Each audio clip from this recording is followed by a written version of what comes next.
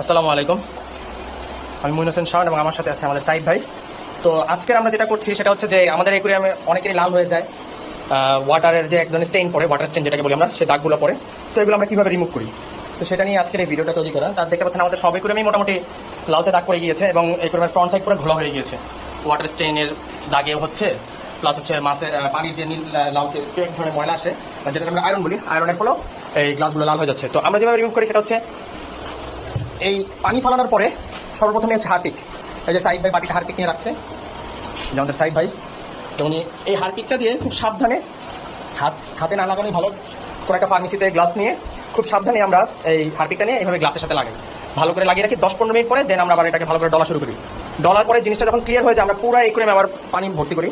পানি ভর্তি করে এটাকে আমরা একদিন রেখে দিই। রেখে দেওয়ার পরের দিন আবার পানিগুলো ফেলে দিই। এভাবে আরও 2-3 বার ফিল আপ করি এবং ফেলে দিই। লাস্ট যেটা করি, লাস্ট অ্যান্ড দ্য লিস্ট, সেটা হচ্ছে যে পুরো যখন আবার পানি ফিল আপ করা হয় তখন তার ভিতরে আমরা লবণ দিয়ে রাখি, যেন পানির মানে হারপিকের যে খারটা আছে সেই খারটা চলে যায়। লবণ দেওয়ার পরে আবার ওই লবণের পানিতে লবণ মিশ্রিত যে পানি সেটা অর্ধেক ফেলে দিই, নতুন পানি দিই। দেন 2-3 দিন পর মাছ ছেড়ে দিই।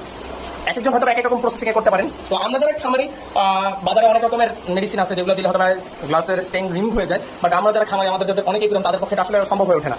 তো আমরা এইভাবেই ক্লিন করি, আলহামদুলিল্লাহ ভালোই হয়। আর ইনশাল্লাহ নেক্সট ভিডিওতে দেখাবো ক্লিন করার পরে কীরকম মানে পানি দেওয়ার পরে এবং ক্লিনিং প্রসেসের পরে অ্যাকুয়ারিয়ামের গ্লাসগুলো কীরকম পরিষ্কার হয়। ইনশাল্লাহ আমরা নেক্সট ভিডিওতে দেখাবো। ধন্যবাদ, আসসালামু আলাইকুম।